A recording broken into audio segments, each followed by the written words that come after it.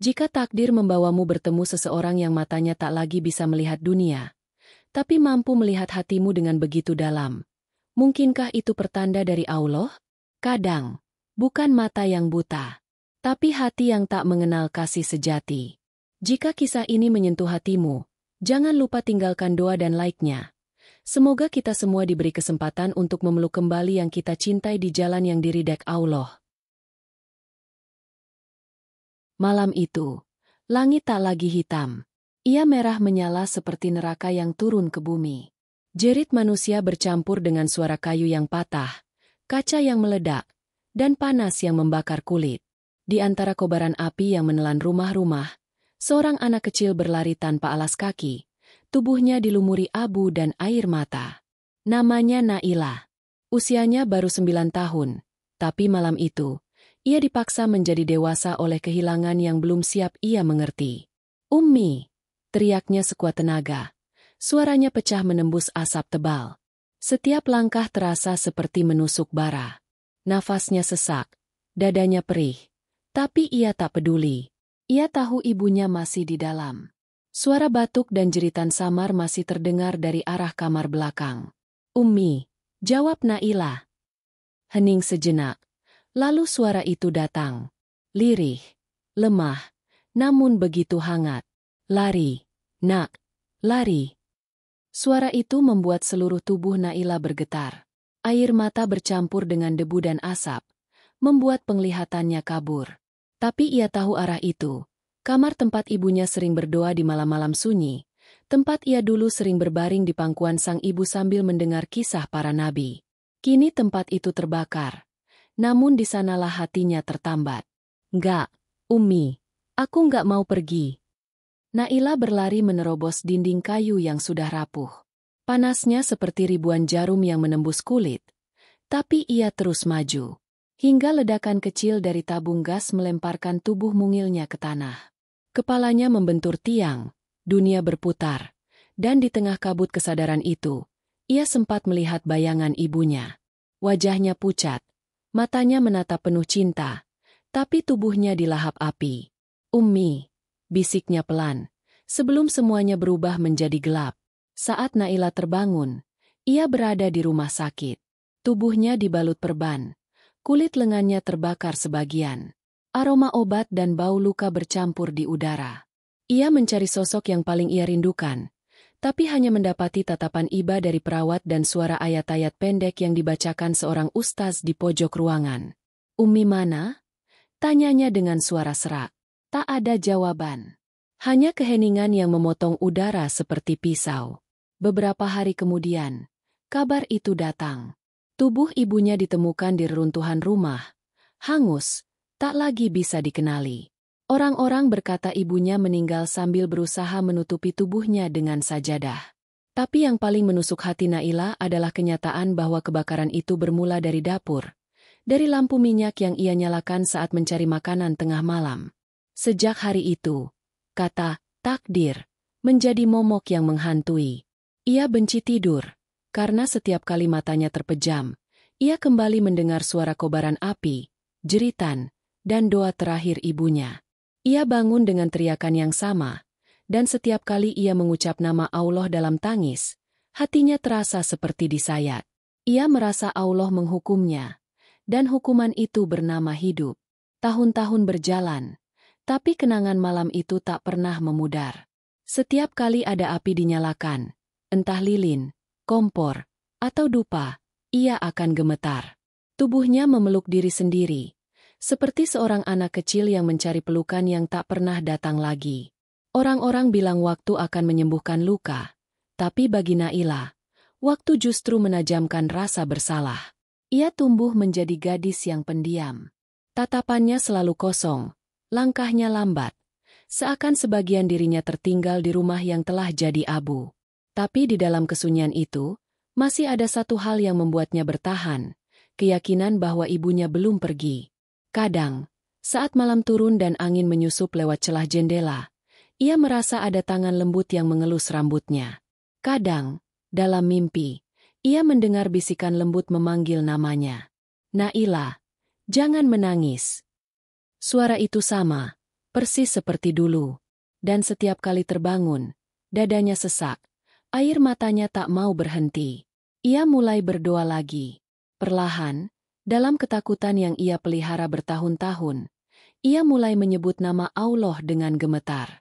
Kalau engkau benar mendengarku, tunjukkan padaku jalan untuk bertemu Ummi, walau hanya sekali.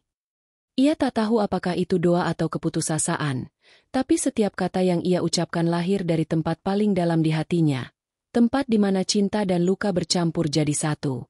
Malam itu, sebelum tidur, ia menatap langit dari jendela kamarnya.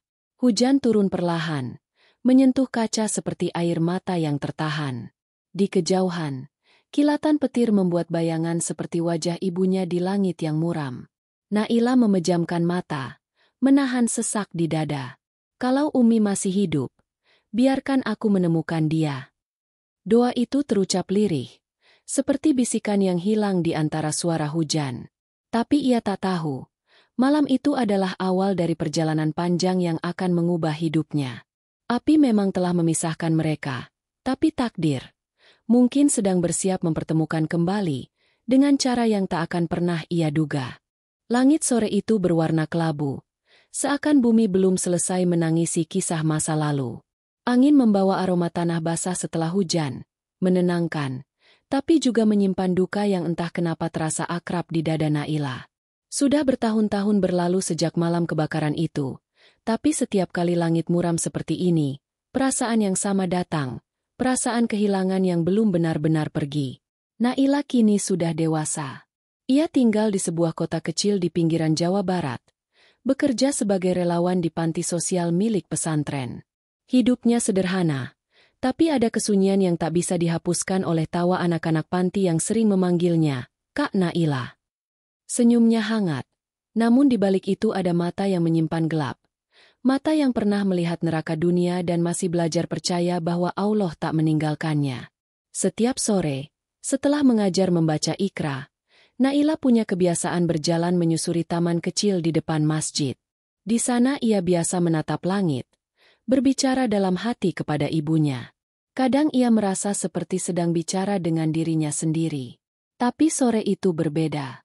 Saat langkahnya melewati deretan pepohonan jati, pandangannya tertumbuk pada sosok yang duduk di bangku kayu dekat jalan setapak. Seorang wanita tua, rambutnya beruban, sebagian terurai menutupi wajah. Ia mengenakan pakaian lusuh, dan tongkat kayu tergeletak di sampingnya. Dari jarak itu saja, Naila bisa melihat mata wanita itu kosong, buta. Tapi entah mengapa, ada sesuatu yang membuat langkahnya terhenti. Bukan kasihan, bukan iba, melainkan rasa yang begitu aneh. Rasa seperti sedang melihat seseorang yang sangat dikenalnya, meski otaknya menolak percaya. Angin bertiup pelan. Daun-daun jati berguguran, jatuh di sekitar wanita itu. Naila mendekat perlahan. Ibu, ibu baik-baik saja? Suaranya lembut, tapi jantungnya berdegup kencang tanpa alasan. Wanita itu tersenyum samar. Wajahnya menoleh sedikit ke arah suara Naila. Aku baik, Nak. Aku hanya menunggu seseorang yang tak pernah datang. Jawaban itu membuat bulu kuduk Naila berdiri. Ia duduk di samping wanita itu, berusaha mengalihkan perasaan aneh yang mulai tumbuh. Siapa yang ibu tunggu? Wanita itu menghela napas panjang. Jemarinya gemetar menyentuh tongkat di pangkuannya. Anakku, sudah lama sekali aku mencarinya. Aku tak tahu wajahnya kini seperti apa. Tapi aku tahu, aku akan mengenalinya saat tanganku menyentuh wajahnya. Dada Naila serasa ditusuk sesuatu yang lembut namun dalam. Kata-kata itu menggema di telinganya seperti gema masa lalu. Ia menatap wanita itu lama, mencari penjelasan yang bisa diterima logika. Tapi setiap detik yang lewat, sesuatu dalam dirinya berbisik. Ini bukan kebetulan. Hening menyelimuti keduanya. Hanya suara adzan maghrib dari masjid kecil yang memecah keheningan itu. Naila membantu wanita itu berdiri, dan ketika tangannya menyentuh tangan sang wanita, sesuatu terjadi. Lembut, familiar. Seolah waktu berhenti sejenak. Tubuhnya bergetar, matanya memanas. Ia ingin menarik tangannya, tapi tak bisa. Wanita itu tersenyum pelan. Tanganmu halus sekali. Nak, kau mengingatkanku pada seseorang. Suara itu, nada lembut itu, caranya berbicara, semuanya terasa sama. Sama seperti suara ibunya yang dulu menidurkannya dengan doa. Naila berusaha menahan air mata yang mulai menggenang. Ibu tinggal di mana? Biar aku antar pulang, ucapnya, meski suaranya bergetar. Wanita itu menggeleng. Aku tidak punya rumah. Dunia sudah menutup pintunya dariku. Aku hanya singgah di tempat yang Allah izinkan. Hari ini mungkin di taman ini, besok mungkin di tepi jalan. Hati Naila hancur. Ia memandangi wanita itu yang kini menunduk, menggenggam tongkatnya erat seolah sedang menggenggam masa lalu. Entah kenapa, ada sesuatu dalam dirinya yang menolak pergi. Ia merasa seolah-olah jika ia meninggalkan wanita ini sekarang, sesuatu yang penting akan hilang selamanya. Hujan mulai turun rintik-rintik. Naila melepas jaketnya dan menutupkan ke pundak wanita itu. Ibu, ikut saya ke panti saja. Di sana ada tempat hangat, ada makanan, dan anak-anak yang ramah. Saya sering membantu di sana. Setidaknya malam ini, ibu tak perlu kehujanan. Wanita itu diam lama, lalu mengangguk pelan. Terima kasih, Nak. Allah pasti memberkahimu. Saat mereka berjalan bersama menuju panti, langkah Naila terasa berat. Setiap langkah seolah membawa kenangan yang berusaha dilupakan. Ia menatap wanita itu di bawah cahaya lampu jalan yang redup. Saat rintik hujan jatuh di wajah wanita itu, Naila melihat jelas bekas luka samar di pelipis kanannya. Bekas luka yang dulu juga ada di wajah ibunya. Degup jantungnya menggila. Dunia terasa berhenti. Ia ingin bertanya, tapi bibirnya keluh. Dalam diam, matanya mulai basah. Ia menatap langit dan berbisik dalam hati. Apakah ini jawaban dari doaku? Ya Allah. Setibanya di panti, Naila menuntun wanita itu masuk, membantu melepas sepatu yang basah. Saat tangannya menyentuh kulit wanita itu, rasa hangat itu kembali, seolah tangan itu pernah memeluknya dari kegelapan dulu. Ia ingin memeluknya, tapi rasa takut menahan. Takut kalau semua ini hanya kebetulan. Takut kalau harapan yang muncul ini hanya akan menghancurkannya lagi. Malam itu, Naila tak bisa tidur. Dari kamarnya di lantai 2, ia menatap wanita buta itu yang tidur di ruang tamu panti, tubuhnya tertutup selimut. Setiap kali lampu malam memantul di wajah wanita itu, Naila merasa seperti sedang melihat bayangan ibunya di masa lalu. Tangannya gemetar, matanya panas. Dalam hati ia berbisik, kalau engkau benar mendengarku, ya Allah, kalau ini memang tanda dari MU, kuatkan aku untuk menerima apapun kebenarannya nanti. Di luar, hujan masih turun perlahan. Setiap tetesnya seperti menulis sesuatu di tanah, sesuatu yang belum bisa ia baca. Tapi jauh di dalam hati, Naila tahu, pertemuannya dengan wanita buta itu bukan sekadar kebetulan. Itu adalah sesuatu yang lebih besar, sesuatu yang mungkin dikirim langsung dari langit. Malam itu udara terasa lembab. Dingin merayap pelan di dinding panti yang sederhana. Hujan baru saja berhenti, meninggalkan aroma tanah yang basah dan menenangkan. Namun di dalam hati Naila, tak ada ketenangan. Ada sesuatu yang terus berputar di pikirannya. Tatapan kosong wanita buta itu, suaranya yang lembut, dan luka samar di pelipisnya. Semua terasa terlalu akrab untuk disebut kebetulan. Wanita itu kini tinggal di panti, menempati kamar kecil di ujung koridor. Anak-anak panti memanggilnya Ibu Rahmah, nama yang ia sebut ketika pertama kali ditanya. Naila masih ingat bagaimana ia mengucapkan nama itu dengan senyum samar, seperti nama yang lahir dari masa lalu yang ingin disembunyikan. Sudah 3 hari wanita itu tinggal di sana, dan setiap malam Naila diam-diam mengintip dari celah pintu kamar ketika wanita itu berdoa. Ia selalu berdoa dalam posisi duduk. Tangannya menggenggam tasbih kayu yang tampak sangat tua. Suaranya bergetar, lirih, namun setiap kata yang keluar seolah membawa beban berat yang tak kasat mata. Ya Allah, jika Engkau masih izinkan, temukan aku dengan anakku, bukan untuk dimiliki, tapi untuk meminta maaf. Setiap kali doa itu terucap, hati Naila seakan diremas. Kata-kata itu persis seperti yang sering ia dengar dari ibunya ketika masih kecil. Bahkan urutan kalimatnya sama. Naila masih ingat bagaimana ibunya selalu berdoa setelah sholat malam, berbisik dengan suara yang sama lembutnya. Malam keempat, Naila memberanikan diri masuk. "Ibu Rahmah, saya boleh menemani berdoa?" tanyanya dengan hati-hati. Wanita itu tersenyum tanpa menoleh. "Tentu, Nak. Duduklah di sini." Suara hujan lebih indah kalau didengarkan bersama. Naila duduk di sampingnya. Di bawah cahaya redup lampu minyak, wajah wanita itu tampak damai meski matanya tertutup selamanya. Jemarinya yang kurus bergerak perlahan di atas tasbih. Lalu ia mulai melantunkan doa yang begitu familiar. "Ya Allah, ampunilah hamba Emu yang berdosa ini. Ampuni anakku yang mungkin membenciku karena kebodohanku. Lindungi dia dari api dunia, seperti aku gagal melindunginya dari api masa lalu." Naila menunduk. Air matanya mengalir tanpa bisa ditahan. Ia ingin bicara, ingin bertanya siapa sebenarnya anak yang dimaksud. Tapi bibirnya keluh. Setiap kata dalam doa itu terasa seperti anak panah yang menancap di dada. Wanita itu berhenti sejenak, lalu mengulurkan tangan ke arah Naila. "Kau menangis?" tanyanya pelan. Naila cepat-cepat menyeka pipinya. "Tidak, Bu. Hanya, doa Ibu indah sekali." Wanita itu tertawa kecil. "Doa bukan untuk keindahan, Nak. Doa adalah luka yang diserahkan pada Allah agar sembuh. Tapi, hanya sedikit orang yang benar-benar mau menyerahkannya." Naila terdiam. Kalimat itu menembus hatinya lebih dalam dari yang ia duga. Ia ingat betapa selama ini ia berdoa sambil menuduh. Menuduh Allah telah mengambil segalanya. Menuduh takdir karena terlalu kejam. Tapi kini, duduk di samping wanita tua ini, ia merasa seolah Allah sedang menegurnya dengan lembut. Beberapa malam berikutnya, mereka menjadi lebih dekat. Naila mulai sering membantu wanita itu menyiapkan makan, mencucikan pakaiannya, bahkan menuntunnya ke masjid kecil di belakang panti.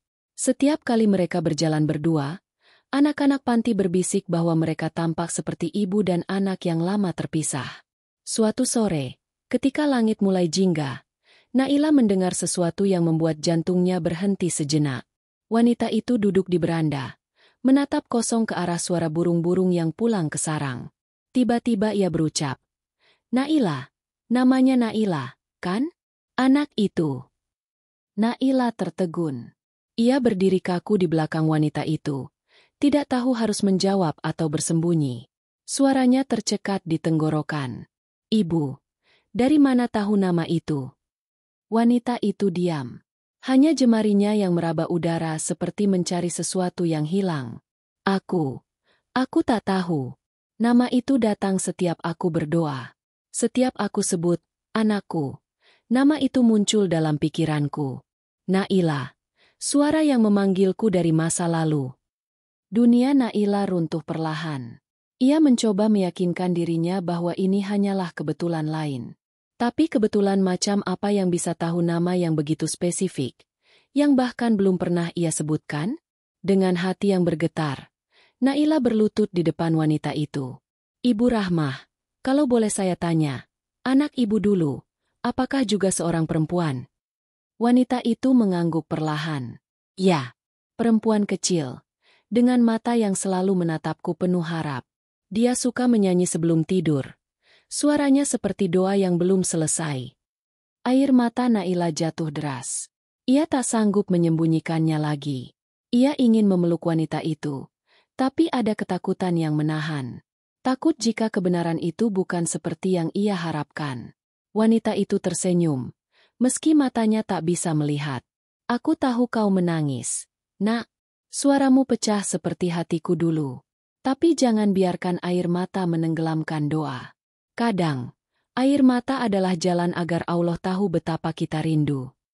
Malamnya, Naila berbaring di kamarnya tanpa bisa memejamkan mata.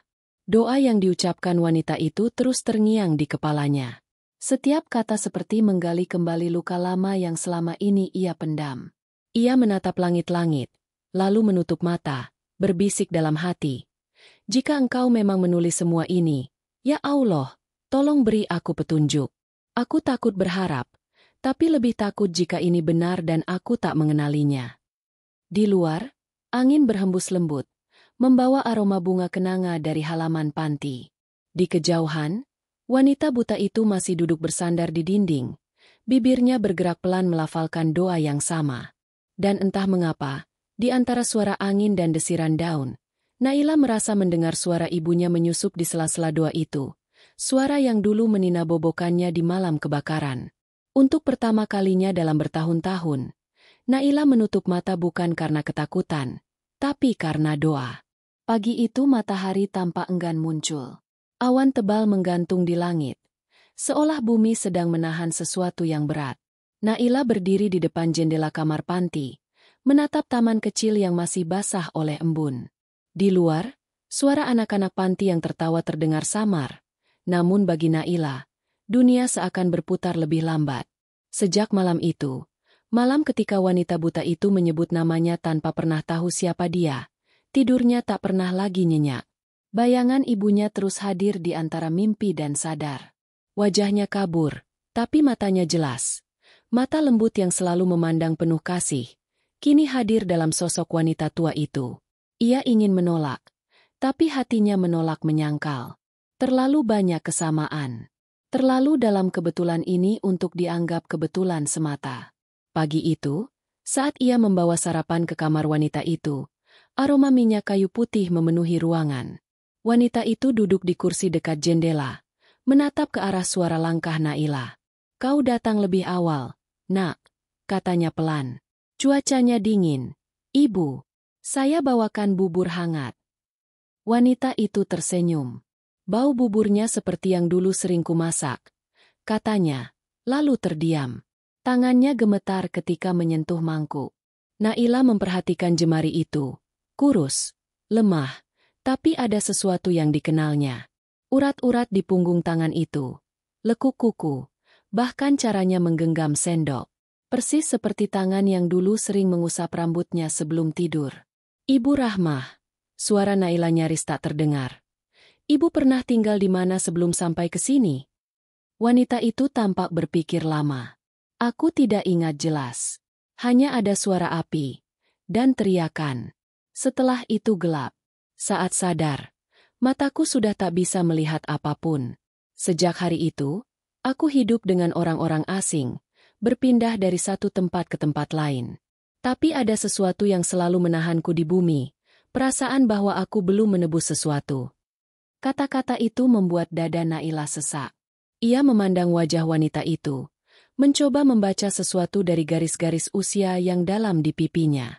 Lalu, tanpa ia sadari, pandangannya jatuh pada sisi leher wanita itu. Ada bekas luka panjang, samar, seperti bekas terbakar. Tangannya bergetar. Ia ingin berpura-pura tak melihat, tapi rasa penasaran memenangkannya.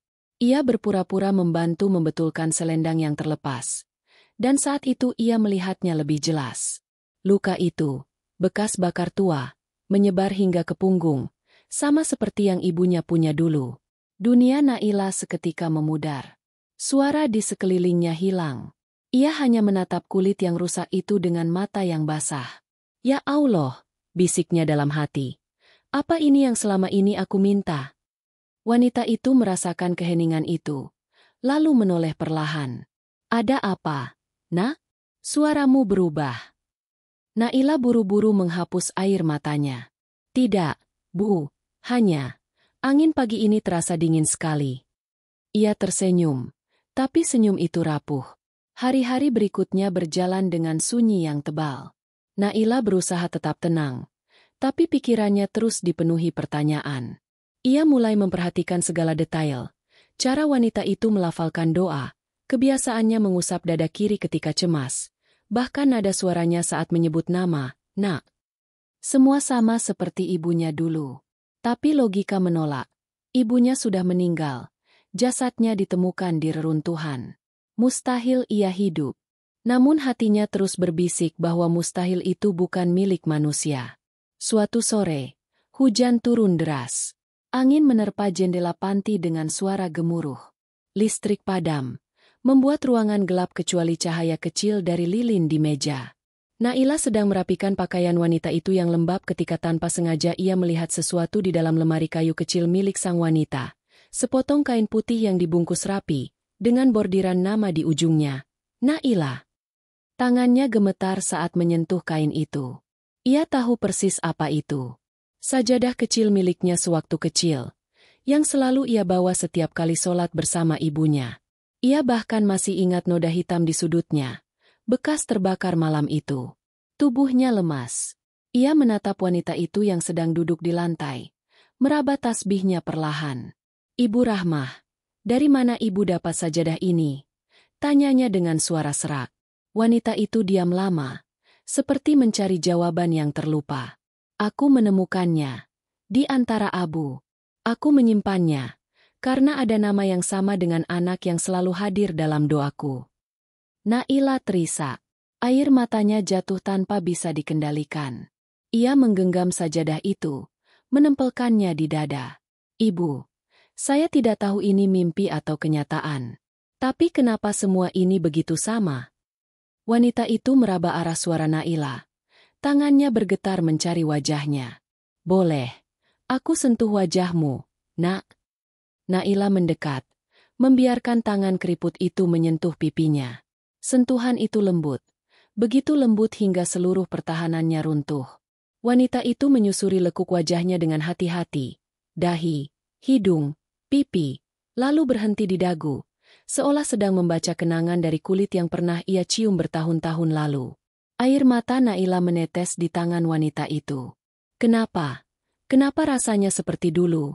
Bisiknya. Wanita itu tersenyum samar.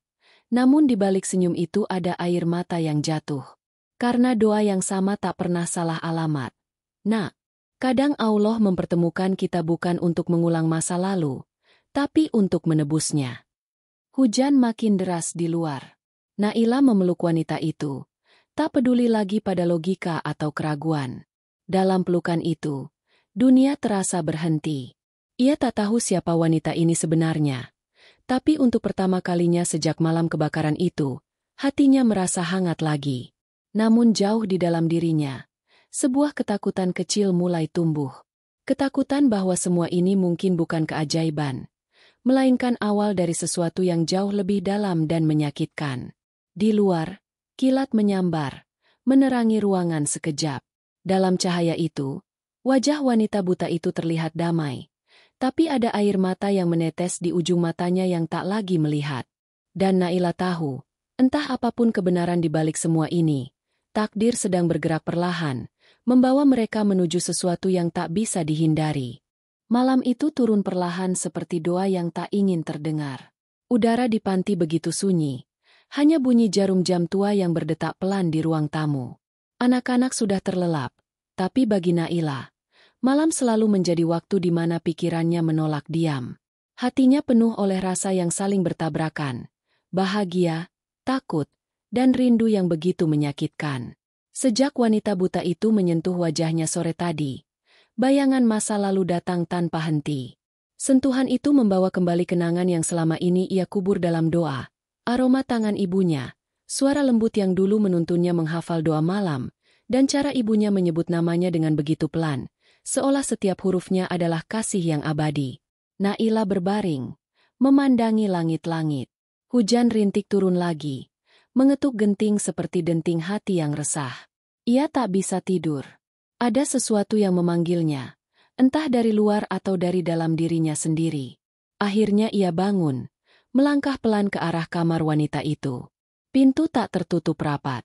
Dari celah kecil, cahaya temaram menembus keluar. Ia mengintip, dan apa yang ia lihat membuatnya membeku. Wanita itu sedang bersujud di lantai. Tubuhnya gemetar. Suaranya lirih tapi penuh getaran, seperti seseorang yang menanggung seluruh dosa dunia di punggungnya. Ya Allah, ampunilah aku. Jika masih ada waktu untuk menebus salah, biarkan aku memohon ampun di hadapan Mu. Jangan ambil nyawaku sebelum aku sempat menyentuh wajah anakku. Sebelum aku sempat berkata, maafkan aku, Naila. Naila terpaku. Nama itu, namanya sendiri, terucap lagi, kali ini dengan begitu jelas, begitu hancur, begitu penuh sesal. Suaranya seperti dari masa lalu yang kembali hidup. Tubuhnya gemetar. Ia ingin masuk, ingin menegur, ingin memeluk. Tapi kakinya seolah menolak bergerak. Ia hanya berdiri di ambang pintu, mendengarkan setiap kata, setiap isak, setiap nafas berat yang keluar dari dada wanita itu. Suasana di ruangan begitu sakral hingga seakan waktu berhenti. Hanya suara hujan dan doa yang tersisa. Wanita itu terus berdoa. Suaranya pecah-pecah. Aku berdosa. Ya Allah. Aku lalai. Aku tamak. Aku buta sebelum mataku benar-benar buta. Aku kehilangan segalanya karena kesalahanku sendiri. Tapi jika Engkau masih izinkan, biarkan aku melihatnya. Walau dengan hati, bukan dengan mata. Air mata Naila jatuh deras. Setiap kalimat terasa seperti hantaman. Ia menutup mulutnya agar isak tak terdengar. Tapi tubuhnya bergetar hebat. Ia tak tahu apakah harus bersyukur atau ketakutan. Kalau wanita itu benar ibunya, maka semua doa yang ia panjatkan selama ini benar-benar dikabulkan. Tapi di balik itu, ada rasa ngeri, takut akan kebenaran yang mungkin lebih pahit dari kehilangan. Beberapa menit berlalu sebelum wanita itu menyelesaikan doanya. Ia duduk lemah, memeluk lututnya sendiri, lalu mengangkat wajahnya ke arah langit-langit seolah menatap sesuatu yang tak terlihat. Anakku, maafkan aku, bisiknya begitu pelan, namun cukup untuk membuat dada Naila serasa diremas. Tanpa sadar, Naila melangkah masuk. Suara lantainya berderit lembut, dan wanita itu menoleh cepat, meski matanya tak bisa melihat. Siapa di sana? Tanyanya. Naila menelan ludah. Suaranya nyaris tak keluar. Saya. Naila. Bu. Maaf. Saya tak sengaja mendengar. Wanita itu tersenyum samar. Tak apa, Nak. Kadang, doa memang tak butuh pendengar.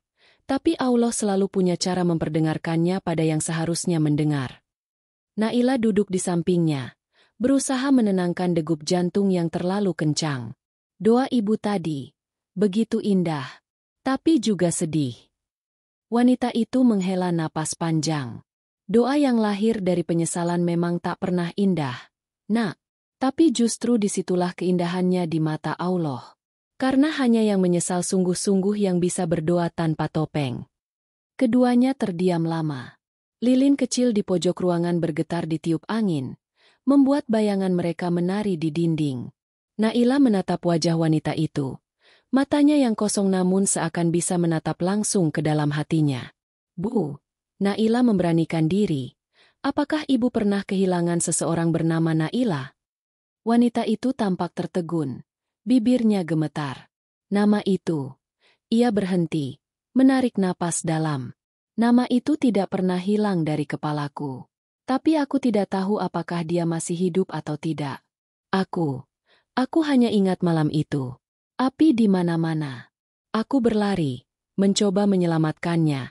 Tapi aku jatuh, dan semuanya gelap. Naila menahan napas. Setiap kata dari wanita itu seperti potongan teka-teki yang menyatu dengan ingatan masa kecilnya. Dan setelah itu, aku terbangun di rumah sakit. Tak ada siapa-siapa. Mereka bilang rumah itu habis terbakar. Semua orang mati. Aku pikir anakku juga sudah tiada. Aku bahkan tak berani mencari. Aku pikir ini hukuman. Sejak itu, aku berjanji akan menebusnya dengan cara apapun. Suara wanita itu pecah di akhir kalimat. Naila menggenggam tangannya erat, menyalurkan kekuatan yang bahkan ia sendiri tak punya. Bu, kalau ternyata anak itu masih hidup, apa yang ingin ibu katakan padanya? Wanita itu menatap kosong ke arah Naila. Matanya bergetar seolah mencoba menembus gelap. Aku akan memeluknya, dan bilang bahwa setiap luka yang ia punya, juga ada di hatiku. Aku ingin dia tahu, aku tak pernah berhenti mencintainya, bahkan di dalam dosa.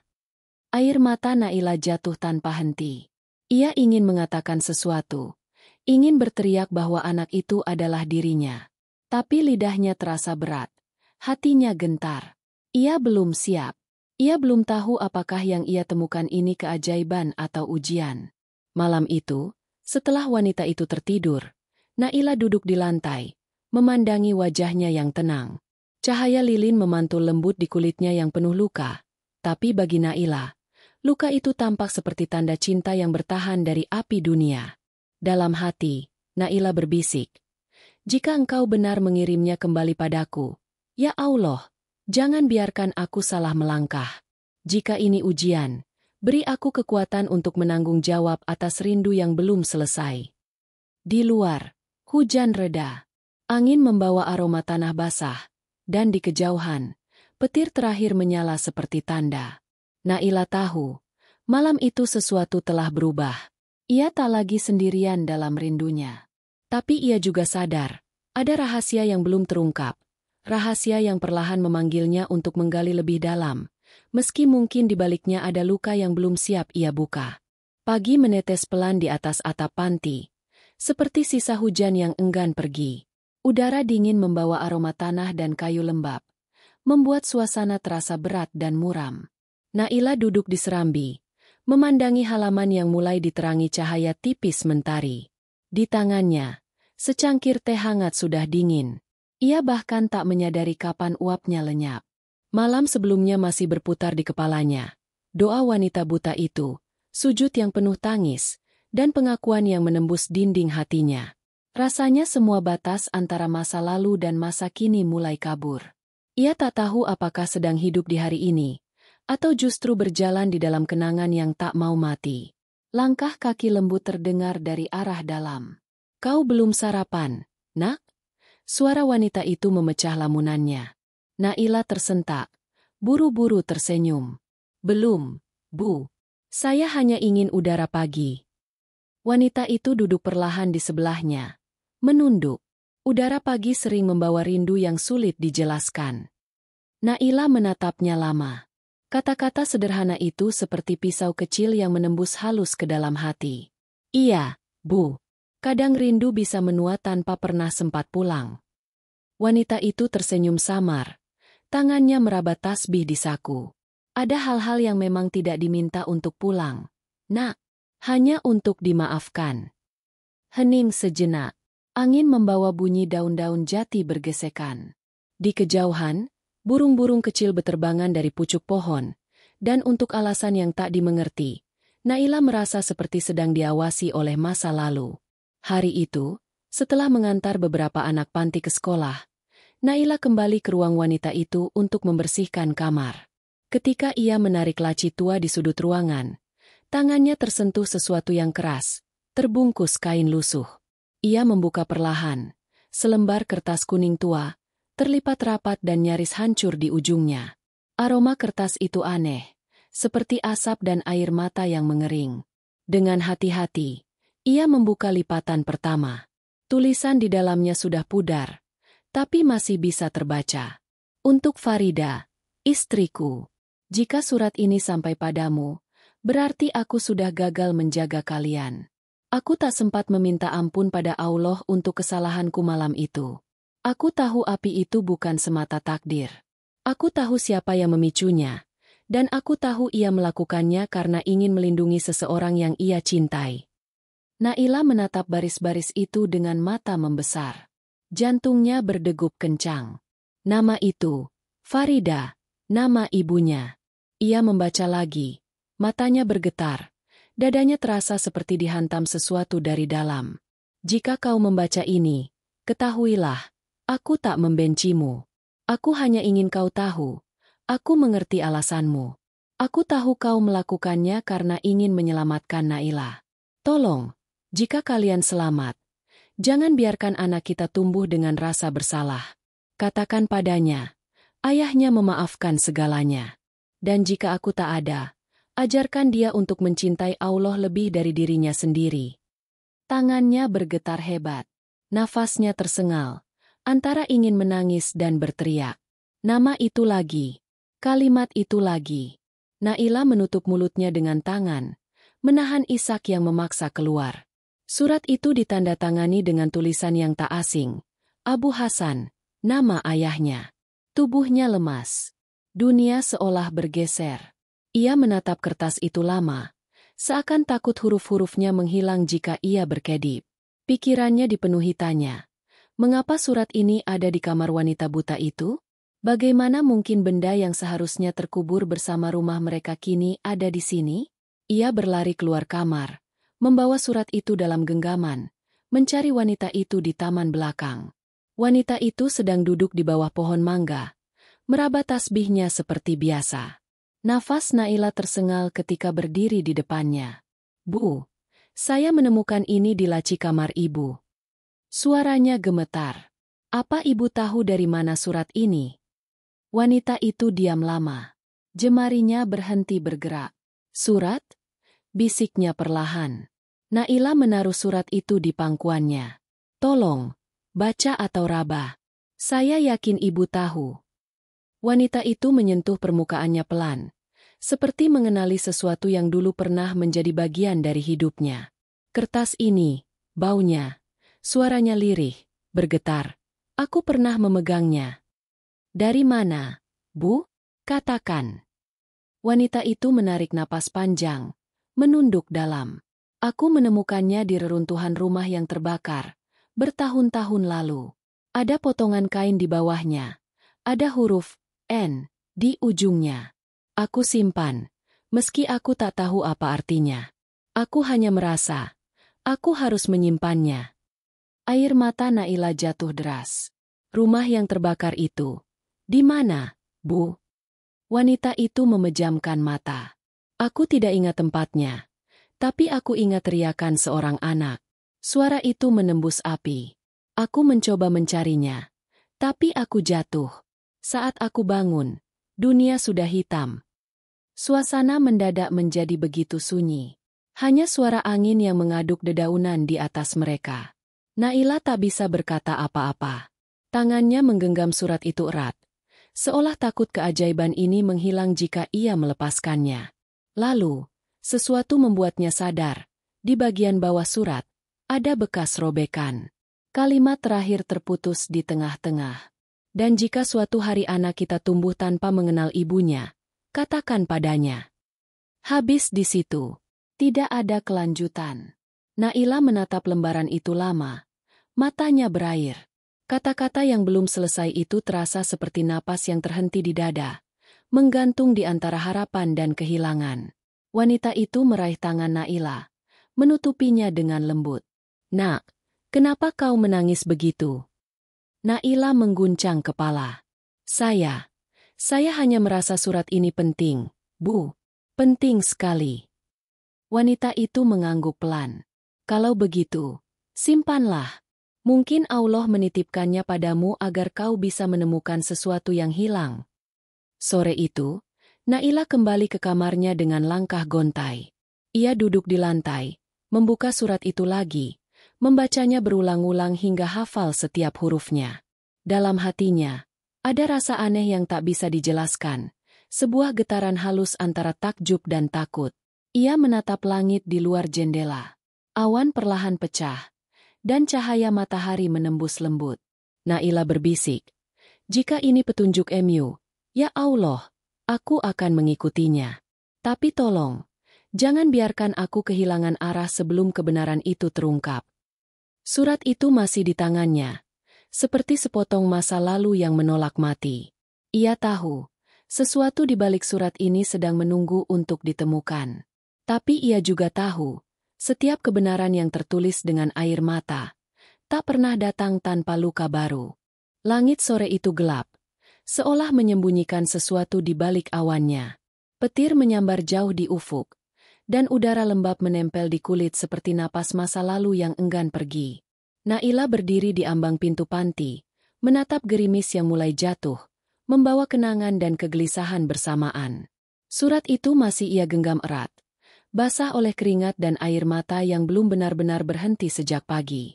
Sejak ia menemukan surat itu, hatinya tak tenang. Setiap kali ia menatap wajah wanita buta itu, ada rasa sesak yang menghimpit dadanya. Terlalu banyak tanda, terlalu banyak kebenaran yang berbisik pelan namun tegas di telinganya. Wanita itu tahu sesuatu. Dan hari ini, Naila tak ingin lagi menunggu. Ketika petir menyambar lebih dekat, Naila mengetuk pintu kamar wanita itu. Suaranya lemah, tapi tegas. "Bu, boleh saya bicara?" Wanita itu sedang duduk di tepi ranjang.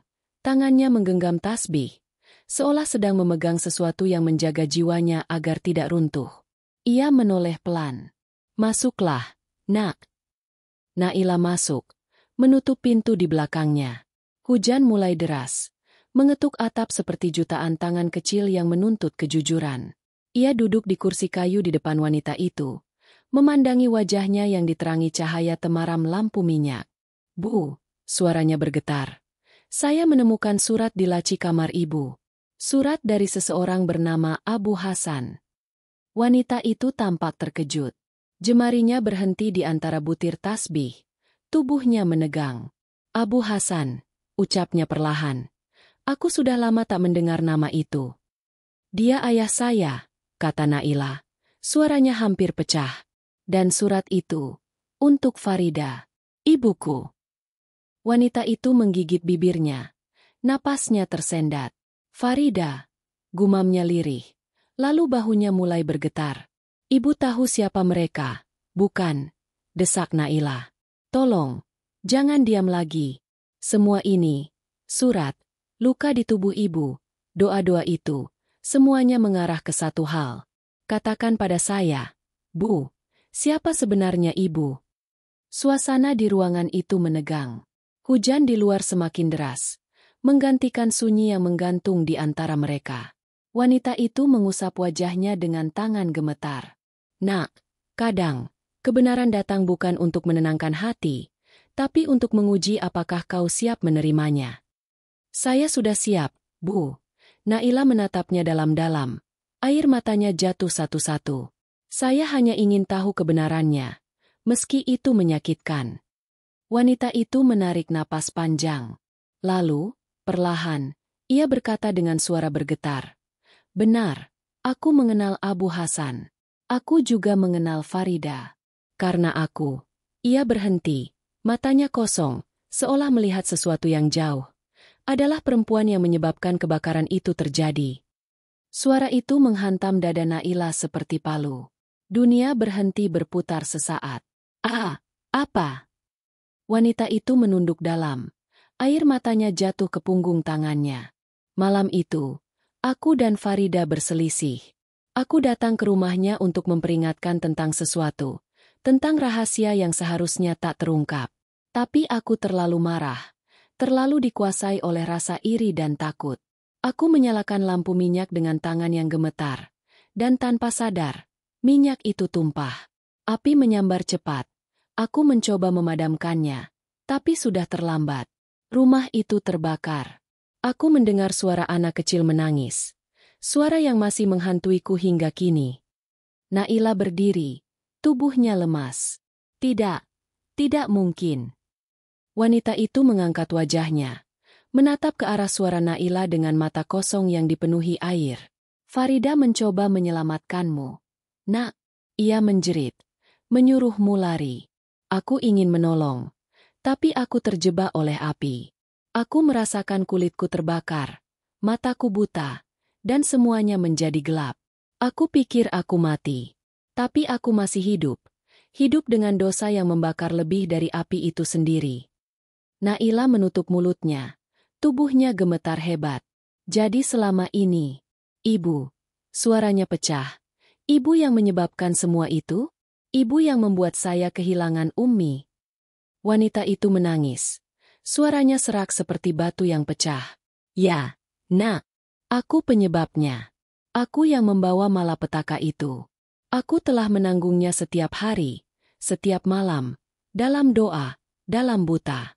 Aku mencari anak kecil itu bukan untuk menebus diriku, tapi agar aku bisa meminta maaf sebelum Allah menjemputku." Kata-kata itu menembus hati Naila seperti pisau yang tak henti menoreh. Air matanya jatuh deras. Ia berlari keluar kamar tanpa berkata apapun, menembus hujan deras di luar. Langit menangis bersamanya. Di halaman panti, ia berdiri basah kuyup, memandang langit. "Kenapa sekarang?" teriaknya. Suaranya tenggelam dalam gemuruh petir. "Kenapa setelah semua luka ini aku harus tahu kebenarannya? Kenapa? Ya Allah, kenapa bukan dulu, ketika aku masih bisa memaafkannya tanpa benci?" Ia menangis keras, Tubuhnya gemetar di bawah derasnya hujan. Tapi di antara tangis itu, ada bisikan yang muncul di dalam hatinya. Bisikan lembut yang dulu sering ia dengar dari ibunya. Ampuni, Nak. Karena ampunan adalah jalan pulang yang tak pernah tertutup. Naila jatuh berlutut.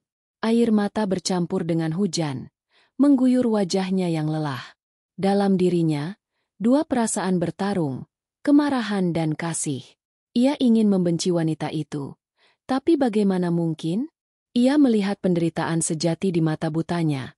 Penyesalan yang tulus di setiap doa yang terucap. Ketika malam turun, Naila kembali ke kamar wanita itu. Ia membuka pintu pelan. Wanita itu masih duduk di posisi yang sama. Tubuhnya gemetar. Mata kosongnya menatap ke arah pintu seolah tahu Naila datang. Aku tak layak dimaafkan, Nak. Suaranya parau. Aku hanya ingin kau tahu. Aku tak pernah berhenti mendoakanmu. Aku ingin Allah menggantikan semua luka yang kubuat dengan cahaya, bukan dengan dendam. Naila terdiam lama. Lalu berjalan mendekat. Ia duduk di depan wanita itu, menatapnya dengan mata merah yang masih basah. Saya tak tahu harus membenci atau memeluk ibu, tapi saya tahu satu hal, saya lelah menanggung luka ini sendiri. Ia memeluk wanita itu erat. Wanita itu terisak. Tangannya bergetar di punggung Naila. Ampuni aku, Nak. Katanya berulang kali di antara tangis. Di luar, hujan mulai reda. Langit seperti menghembuskan napas lega. Di dalam ruangan kecil itu, dua jiwa yang terluka akhirnya saling memeluk, bukan karena darah, tapi karena penyesalan dan cinta yang sama-sama ingin sembuh. Dan di antara isak yang masih tersisa, Naila berbisik lirih. Kalau Allah masih mengizinkan, biarlah ini jadi awal, bukan akhir. Malam berganti pagi, tapi hujan yang deras semalam masih menyisakan aroma lembab di setiap sudut panti. Daun-daun meneteskan sisa air seperti mata bumi yang belum kering menangis. Naila duduk di serambi dengan selimut menutupi tubuhnya yang masih menggigil. Tubuhnya memang hangat, tapi jiwanya dingin. Kata-kata pengakuan wanita buta itu masih menggema di kepalanya, memukul jantungnya berulang kali. Aku yang menyebabkan kebakaran itu, Nak. Namun lebih dari itu, sesuatu di dalam hatinya tidak tenang. Ada sesuatu yang belum selesai. Seolah kebenaran yang baru saja ia dengar bukan akhir, melainkan awal dari teka-teki lain. Ia mencoba berdoa, menyebut nama Allah perlahan, tapi setiap kali bibirnya bergetar, suaranya pecah di tengah udara. Ia ingin percaya ini adalah jalan darinya. Tapi mengapa jalan itu begitu gelap dan penuh duri? Beberapa hari setelah pengakuan itu, suasana di panti berubah. Naila jarang bicara. Anak-anak panti sering melihatnya termenung di taman, memandangi langit dengan mata kosong. Sementara wanita buta itu, yang kini diketahui bernama asli Rahmah, lebih sering mengurung diri di kamar, hanya keluar saat waktu sholat.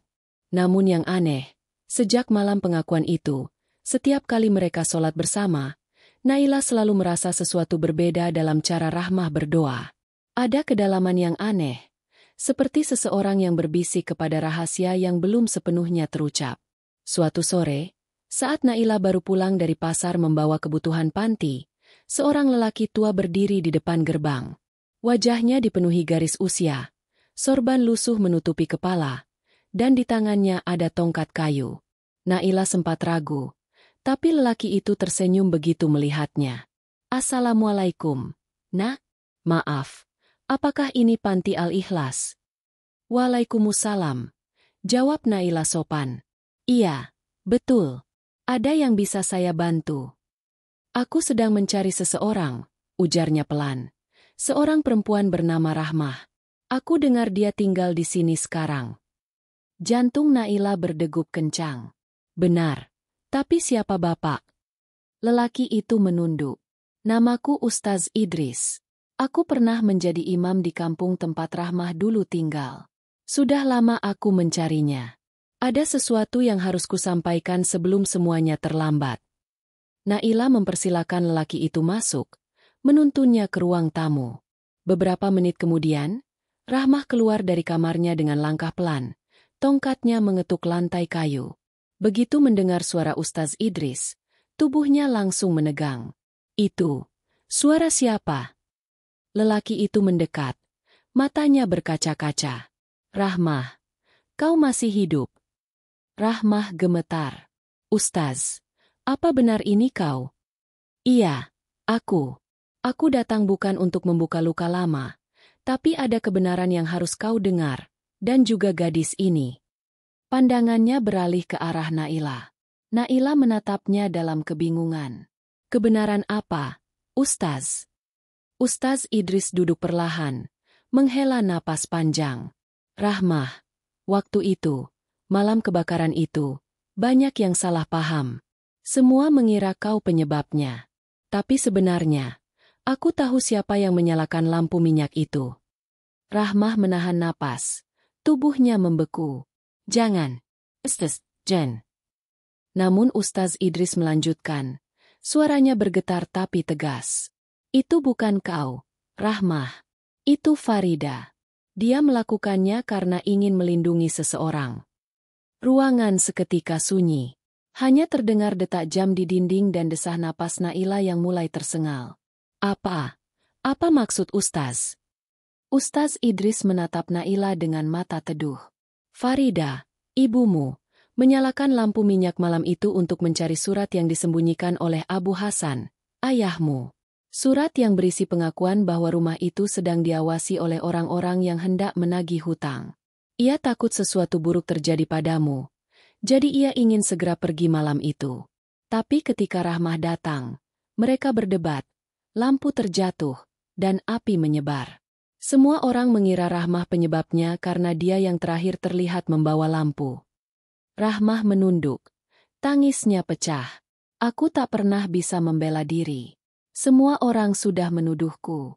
Aku tak ingin mengkhianati Farida, karena sebelum api membesar, dia sempat berkata, Rahmah, tolong jaga anakku jika aku tak selamat. Kalimat itu menghantamku seumur hidup. Naila terpaku. Dunia seperti berputar. Suara di sekelilingnya menghilang, digantikan gema satu nama yang terus berdengung di telinganya. Ummi. Ia memegang dada, mencoba bernapas. Jadi selama ini, Ummi yang... Ustaz Idris mengangguk perlahan. Farida tidak bermaksud memicu kebakaran. Ia ingin menyelamatkanmu, tapi nasib tak berpihak. Saat api membesar, dia menutupi tubuhnya dengan sajadah, berusaha melindungi sesuatu di bawahnya. Aku tahu karena saat reruntuhan ditemukan, sajadah itu masih di sana. Ia menepati janjinya untuk mati dalam sujudnya. Air mata Naila jatuh deras. Seluruh beban yang ia pikul selama ini tiba-tiba berganti bentuk. Dendam yang ia tahan berubah menjadi keharuan yang tak bisa dijelaskan. Ia menatap Rahmah yang kini menangis di hadapan Ustaz Idris. Tubuhnya lemah, tapi matanya, meski buta, menyiratkan keikhlasan yang dalam. Kenapa ibu tak pernah mengatakan hal ini? Tanya Naila di sela isaknya. Rahmah menggeleng lemah. Karena aku tak ingin menyalahkan siapapun. Aku pikir, jika aku mengaku sebagai pelaku, maka semua dosa berhenti padaku. Aku ingin Farida tenang di sisi Allah tanpa beban. Kata-kata itu membuat hati Naila hancur sepenuhnya. Seorang perempuan buta menanggung dosa yang bukan miliknya hanya agar ibunya bisa dikenang tanpa noda. Ia menatap Rahmah lama, lalu meraih tangannya dan mengecupnya penuh hormat. Selama ini ibu menanggung beban yang bukan ibu punya. Rahmah tersenyum di balik tangis. Tidak, nak. Justru aku diberi kesempatan menebus cinta yang tak sempat tersampaikan. Allah tahu, aku kehilangan penglihatanku agar aku bisa belajar melihat dengan hati. Langit di luar mulai cerah. Cahaya matahari menembus jendela. Jatuh tepat di wajah Rahmah yang basah air mata. Ustaz Idris menunduk, melafalkan istighfar lirih. Naila memandang mereka berdua, dadanya penuh rasa yang tak bisa dinamai. Sedih, lega, sekaligus bersyukur. Ia berbisik pelan, hampir tak terdengar. Ya Allah, jika semua ini adalah cara MU menunjukkan kebenaran, maka aku terima. Aku tak ingin mencari siapa yang salah lagi. Aku hanya ingin memeluk yang tersisa. Rahmah mengulurkan tangannya, mencari wajah Naila. Saat jemari tuanya menyentuh pipi gadis itu, air mata mereka bertemu. Tidak ada kata maaf, tidak ada janji, hanya keheningan yang penuh pengertian. Untuk pertama kalinya, beban yang mereka pikul selama bertahun-tahun mulai terasa ringan. Seperti langit yang akhirnya berhenti menangis, hati mereka pun perlahan menemukan cahaya yang lama hilang, cahaya yang datang bukan dari mata, tapi dari keikhlasan yang menyembuhkan. Sore itu langit memerah seperti luka yang belum sembuh. Cahaya matahari perlahan tenggelam di balik pepohonan, meninggalkan bayangan panjang yang menelusup ke dalam kamar kecil di ujung panti. Di sana, Rahmah berbaring lemah di atas ranjang, tubuhnya dibungkus selimut tipis. Nafasnya pendek-pendek, seakan setiap tarikan udara adalah perjuangan. Di meja samping, segelas air sudah dingin, tak lagi disentuh. Naila duduk di sisi ranjang itu, menatap wajah perempuan yang kini lebih banyak diam sejak pertemuan dengan Ustaz Idris beberapa hari lalu. Wajah itu tampak damai, tapi pucat, dan ada garis lelah yang semakin dalam di sekitar matanya. Naila tahu, Rahmah sedang menahan sesuatu, bukan lagi rasa bersalah, tapi waktu yang semakin menipis. Suara angin sore menelusup lewat jendela yang terbuka, mengibaskan gorden pelan. Di luar, suara anak-anak panti bermain samar terdengar. Tawa mereka seolah datang dari dunia yang berbeda, dunia di mana duka tidak pernah menetap terlalu lama. Tapi di dalam kamar itu, waktu seperti berhenti. "Ibu," panggil Naila pelan. Rahmah menoleh perlahan, bibirnya tersenyum tipis. "Kau di sini, Nak?" "Iya. Ibu belum makan dari pagi," jawab Naila, mencoba tersenyum walau suaranya serak. Rahmah menggeleng pelan. "Perutku sudah tak sanggup lagi menampung apapun. Tapi terima kasih, Nak. Kau sudah terlalu banyak menjagaku." "Jangan bilang begitu." Naila menunduk, menahan air mata. "Ibu belum sembuh sepenuhnya. Saya masih ingin ibu di sini. Masih banyak yang ingin saya ceritakan." Rahmah terdiam lama. Lalu, dengan suara lirih yang hampir tak terdengar, ia berkata, "Kadang, bukan tubuh yang ingin sembuh, Nak, tapi hati yang ingin pulang." Kalimat itu membuat dada Naila terasa sesak. Ia menatap tangan Rahmah yang semakin kurus, menelusuri urat-urat yang menonjol, dingin, tapi masih memancarkan kehangatan yang aneh. Kehangatan seorang ibu yang tak pernah berhenti mencintai, meski dunia sudah hampir selesai baginya. "Ibu," ucap Naila dengan suara bergetar. "Saya ingin berterima kasih." Rahmah tersenyum samar. "Untuk apa, Nak?" "Untuk segalanya. Untuk datang ke hidup saya. Untuk bertahan meski dunia menghukum. Untuk mengajarkan bahwa cinta tidak selalu harus memiliki nama yang benar." Air mata menetes di pipi Naila. Ia menggenggam tangan Rahmah lebih erat, seakan bisa menahan waktu agar berhenti di sana. Tapi Rahmah malah tersenyum lebih lebar, meski napasnya semakin berat. "Kau tahu, Nak," katanya pelan, "sepanjang hidupku, aku berpikir penyesalan adalah beban. Tapi ternyata penyesalan juga bisa menjadi doa. Doa yang pelan-pelan mengantarkan kita kembali pada cahaya Allah." Naila menunduk, mencium tangan itu dengan lembut. "Saya sudah memaafkan ibu, bahkan sebelum tahu seluruh kebenarannya. Sekarang saya cuma ingin ibu tahu, saya mencintai ibu seperti saya mencintai Ummi. Mungkin Allah memang menulis takdir ini agar saya bisa belajar mencintai dua ibu, yang satu melahirkan, dan yang satu menebus." Air mata mengalir di wajah Rahmah. Ia mengangkat tangan gemetarnya, berusaha menyentuh wajah Naila. "Boleh aku menyentuhmu sekali lagi?" Naila mendekat, membiarkan tangan itu menyentuh pipinya. Jemari tua itu bergerak perlahan, menyusuri wajahnya seolah membaca kenangan dari kulit. Saat itu, udara di kamar seakan berhenti bergerak. Sentuhan itu hangat, tapi ada getar halus yang membuat bulu kuduk Naila berdiri. "Wajahmu lembut sekali," bisik Rahmah. Suaranya nyaris hilang, seperti wajah yang pernah kusap di tengah api. "Waktu itu aku mencoba memelukmu, tapi panasnya terlalu kuat. Aku tak tahu kalau Allah akan memberiku kesempatan kedua." Naila tak sanggup menahan tangisnya lagi.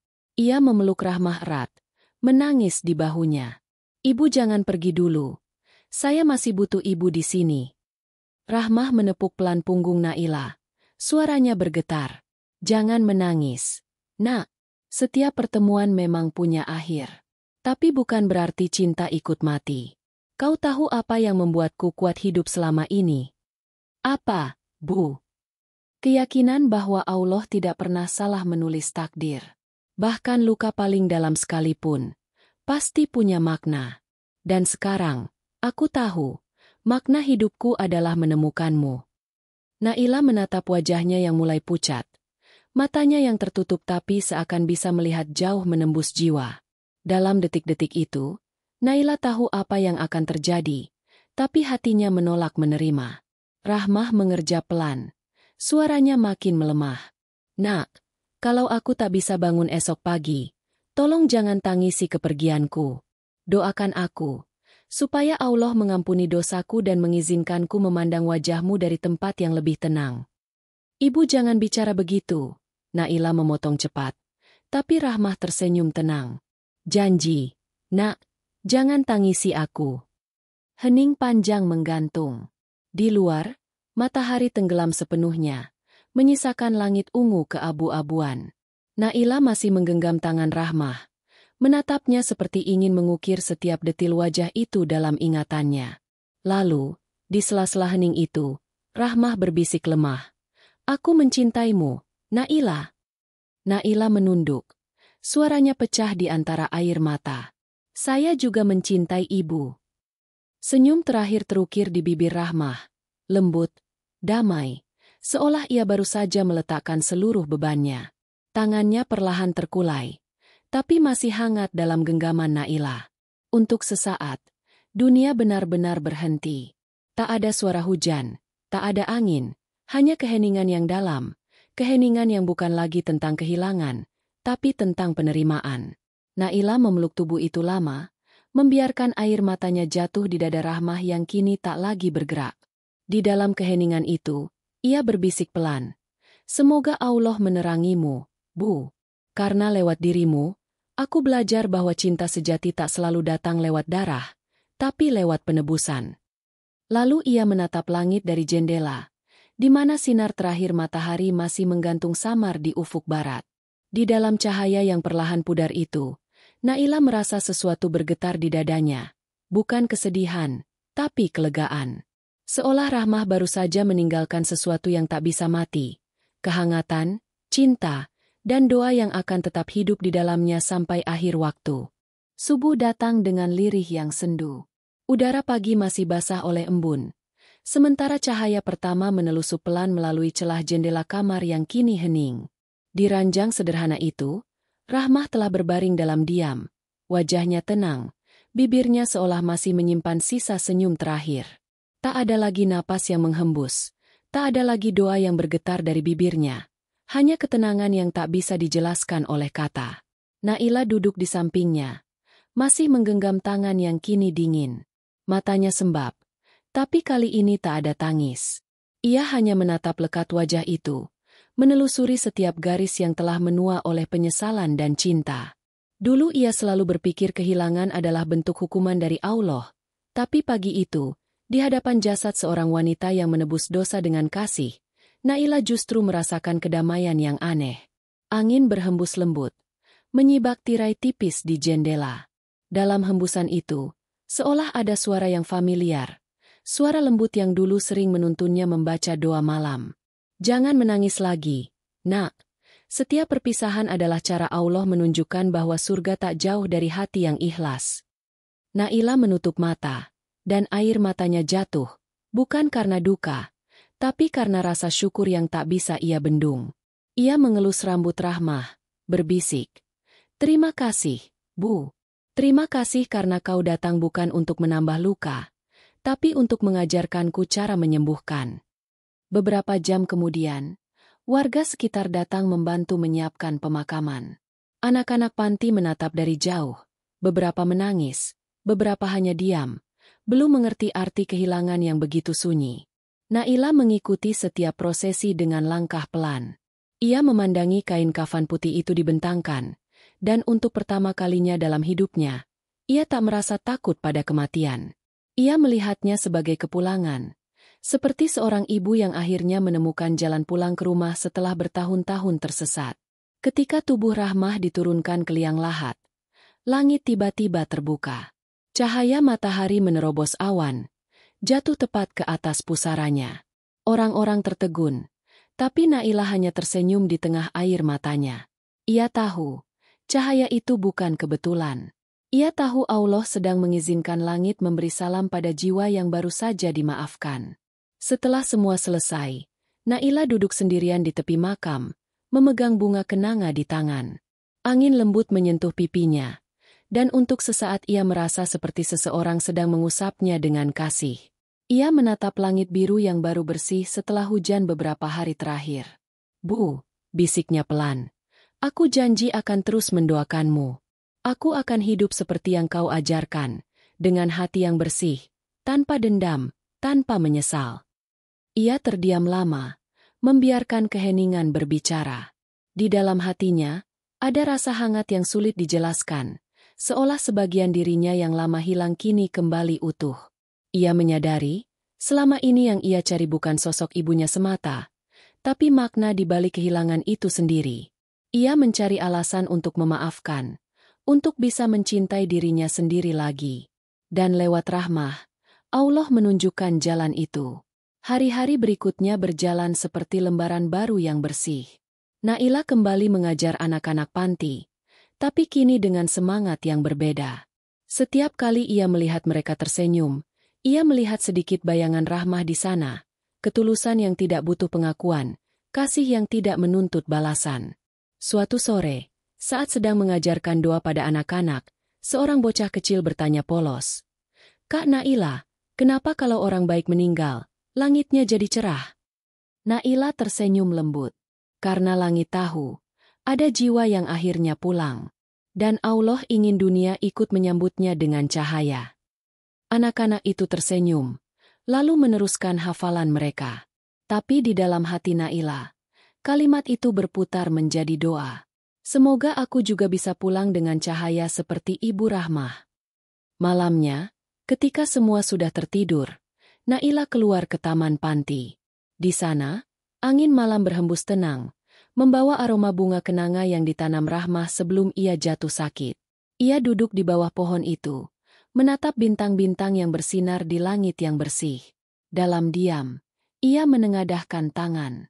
"Ya Allah, Engkau telah mempertemukanku dengan seorang wanita yang menghapus kebencian dari hatiku.